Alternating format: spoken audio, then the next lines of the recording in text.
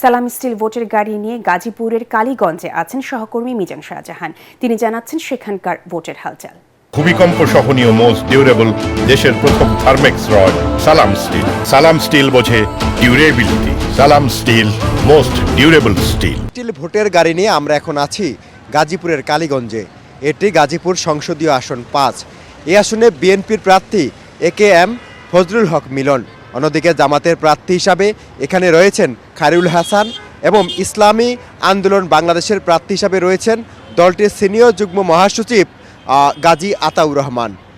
এখন 12ই ফেব্রুয়ারি ভোটের মাঠে কে যেতে আসবে তা দেখার জন্য অপেক্ষা করতে হবে। 3,33,000 ভোটার রয়েছে এই আসনে।